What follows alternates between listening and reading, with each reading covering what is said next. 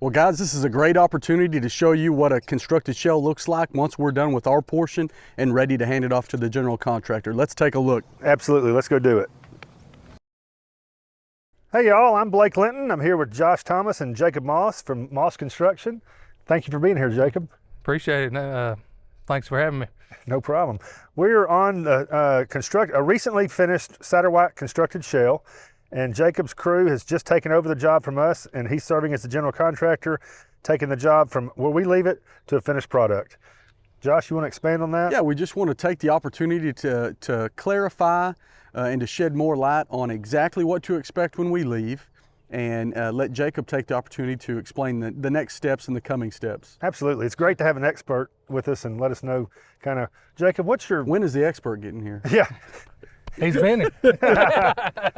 So kind of take us through, so we finish up, and what are the first things or first thoughts in your mind about what you do next? Right, so we typically like to get all the exterior stuff wrapped up.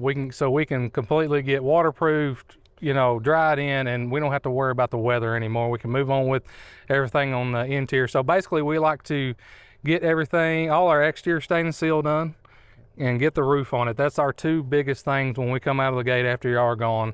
So at that point, like I said, we don't have to worry about weather, rain, any of that stuff anymore, and everything on the inside can just move on. And yeah. Perfect sense. How important is it, in your opinion, to stain the logs and the gable ends before the shingles are put on?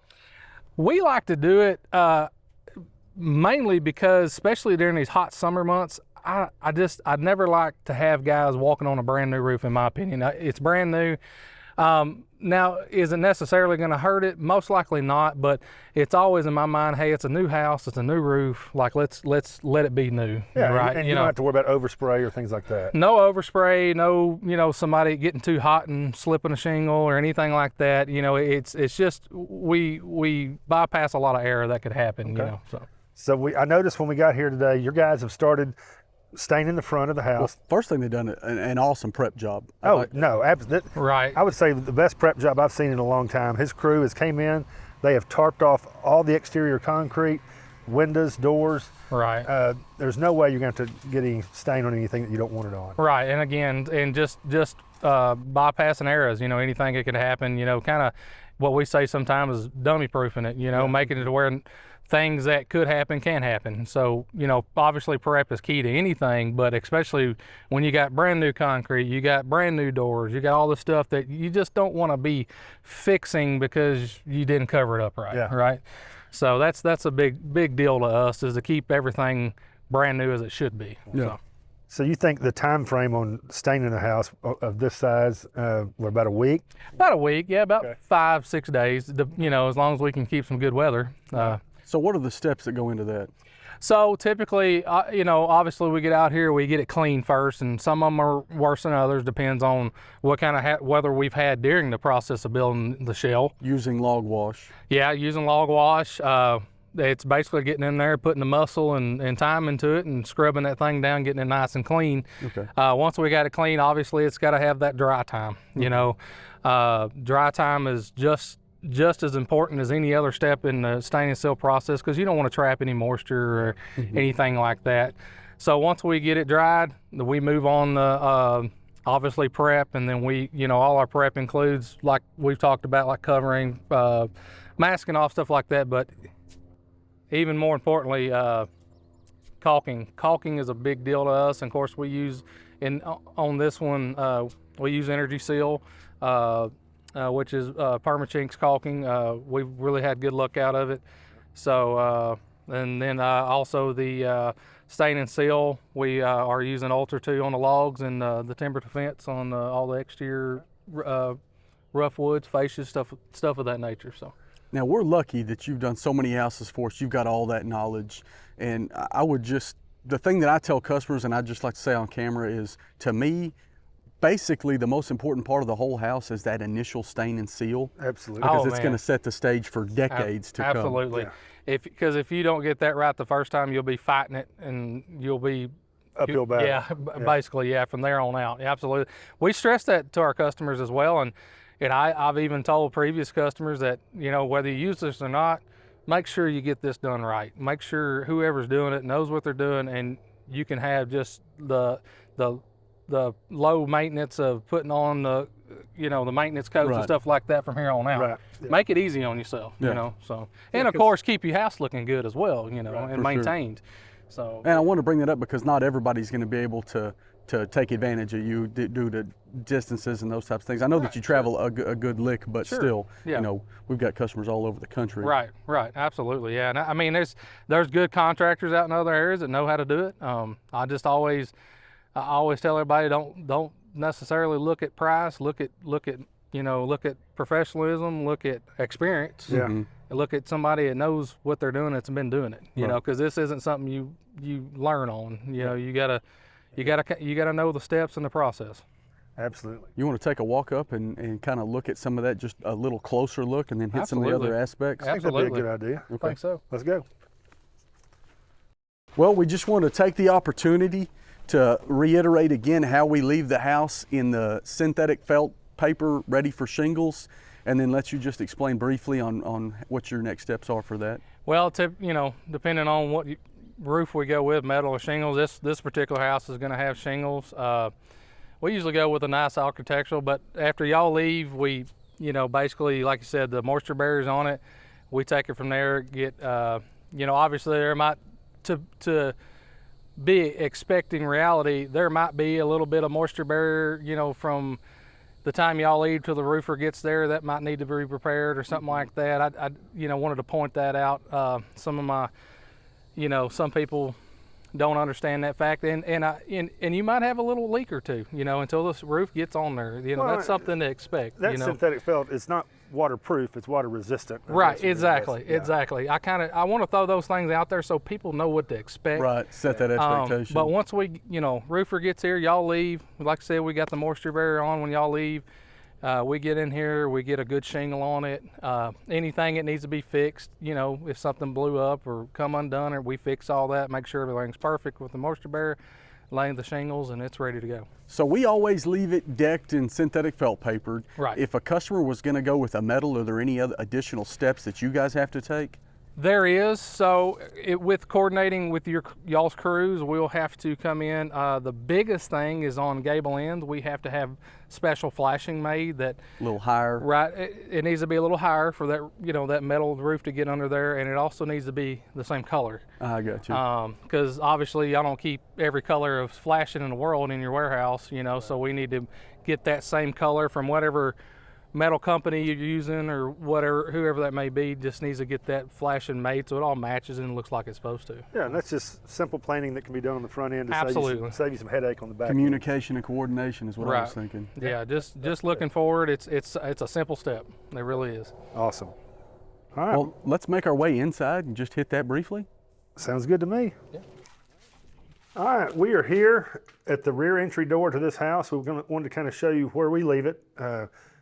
This is a door that we provide. It's a fiberglass door. It's paintable and stainable. We've trimmed it with Eastern Cedar 2x4. Yeah, I was just going to say, this is not standard. Standard is Western red. Right. These customers have optioned for the native cedar that gives it that just a really neat look. Right, this is aromatic cedar. There's another word for it. So this is where we leave it, and then Jacob, his guys will come in from here and they'll stain this and seal it and get all that done. Right, and even going a step further, which we usually wait till the end on the actual door itself, but like Blake said, it's paintable or stainable. And I have to add that, man, we've stained some of these doors and they look awesome. Is it a gel stain that you have to use? You can use a gel stain. We've actually come up with a process with a semi-transparent stain that'll stick to them. Okay. I really recommend we do that just on the interior because the gel stain holds up so much better on the exterior. Oh, does it? Yes. Good. Yeah, That's good to know. They turn out awesome if you want to go that route and have more of a wood look, but still have the low maintenance of a fiberglass door. Cool. I think it's awesome. It works out really good for all our customers. Awesome. We've also got the rough-in electrical here. We've drilled through the walls. We pulled the Romex. It's going to be a sconce light on the outside wall just outside the door.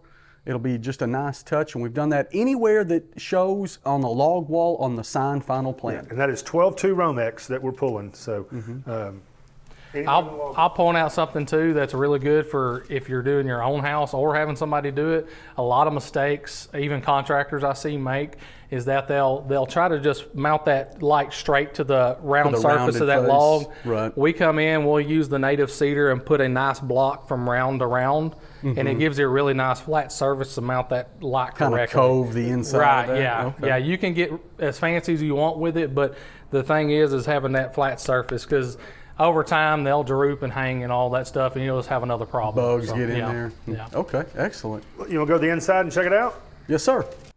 All right, so this is one of the about 25 different styles of door that we offer. So you've got your choice on your exterior doors, what style you like. You'll also notice that the hardware is not installed, so it's ready for you. So one of the first thing you need to do when you start to do the finish out of the house is go ahead and get a lock set in, whether probably a temporary lock set, A, so that everybody doesn't have the final key to your house, but B, that you can lock this thing up and keep it secure. So basically, once we get mechanicals done and we get all your wiring put in and everything that'll go in between the log and the door jamb, basically what this entire space is for is just for getting your wire from switch to plugged or wherever it's going. Even though y'all got this thing sealed off real nice and tight with the adhesive, we still come in, we put foam insulation in there just to make sure that thing's nice and tight. Once all that's completed, we'll put whatever type of trim the homeowner picks for this particular job. We'll put that piece of trim on here and make a nice slick transition from door to log, and it'll look nice and finished and clean. And then you're done. That's all that. Everything's nice and tight and sealed off. Okay, excellent. So this is a good time to re-explain that we do the rough-in electrical in the log wall. So that's something that your general contractor or electrical contractor is not going to have to deal with. We've done all that for them so that when they're doing their bid and they're putting together the plan for the house, they don't have to worry about roughing in the electrical in the log wall, something that they're probably not familiar with. But we'll be doing that for them. So everything that they bid will be just like business as normal for them through the framing on the inside of the house. Okay, so we're here in the kitchen, and one thing we'd like to touch on is you see the roughed-in plumbing. One thing you do want to avoid when you're building a log home is putting plumbing inside of a log wall. So, of course, this is going to be covered by cabinetry. This is where the sink's going to be. Josh? Yeah, it'll be noted in the plan, but sometimes people, if you're building with a contractor who hasn't done it before, they might not understand that.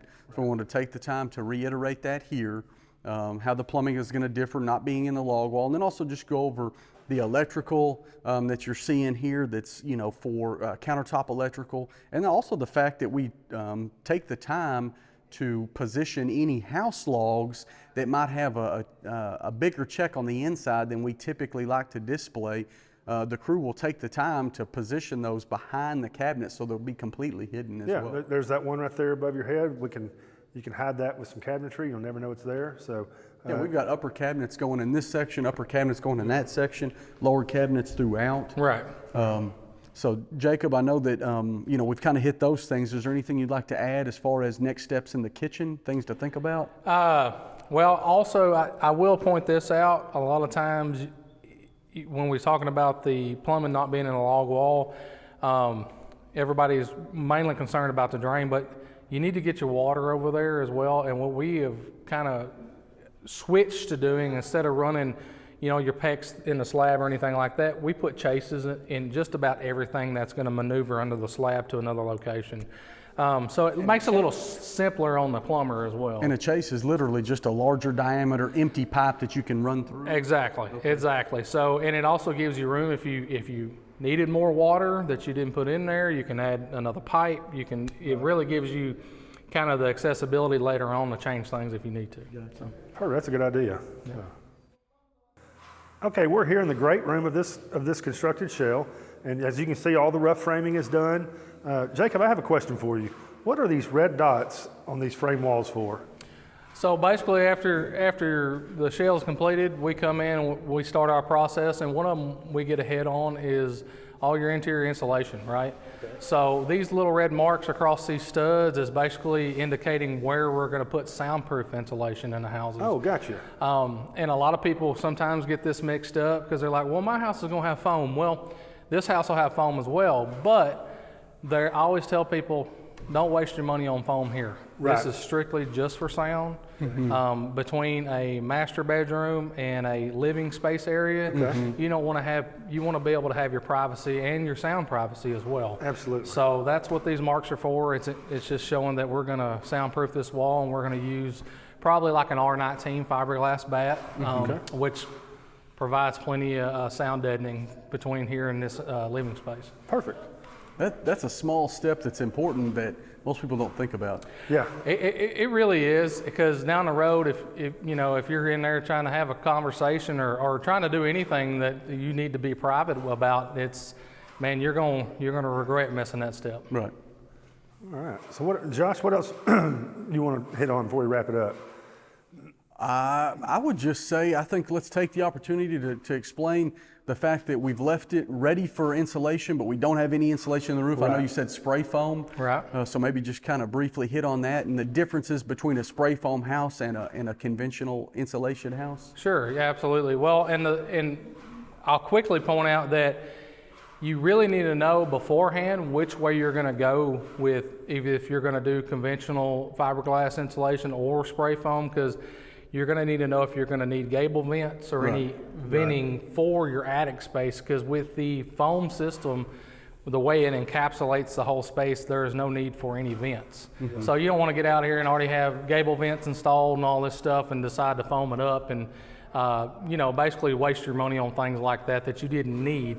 Now with the conventional insulation, you know, which, like I said, you'll need to know up front so you can have the proper venting, because it's a whole different system that will use vents and air circulation to make sure everything's properly balanced mainly in the attic itself. So. Okay, cool. About how long, and I don't mean to put you on the spot, about how long does the finish out typically take for, say, around a 2,000 square foot kind of middle of the road house? Of course, depending on, you know, how invasive or how, you know, crazy it is, or you know, what we're putting into it. Typically, you're looking at 4 to 6 months. 4 to 6 months from the finish out. On a 2,000 square foot house, you know, now you can add or shorten to that very easily. Right. So, yeah. But that's a good average. Good. Good.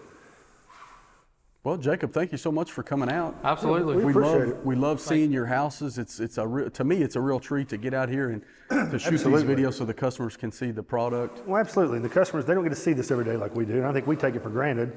But you know, having you here to explain it to them really helps a ton, and we appreciate it. Right, and I'm glad, appreciate y'all having me again. I'm always happy to be here, and very blessed to be able to do what we do every day. You know, again, this is, like you said, I totally love doing this to show people what they can expect. Right. You know, Absolutely. And have a realistic view instead of assuming things. It really helps on everybody's end. Right. That's true. Well, guys, thank you for tuning in. And if you have any questions, of course, reach out to us at the office, and we appreciate you being here with us today.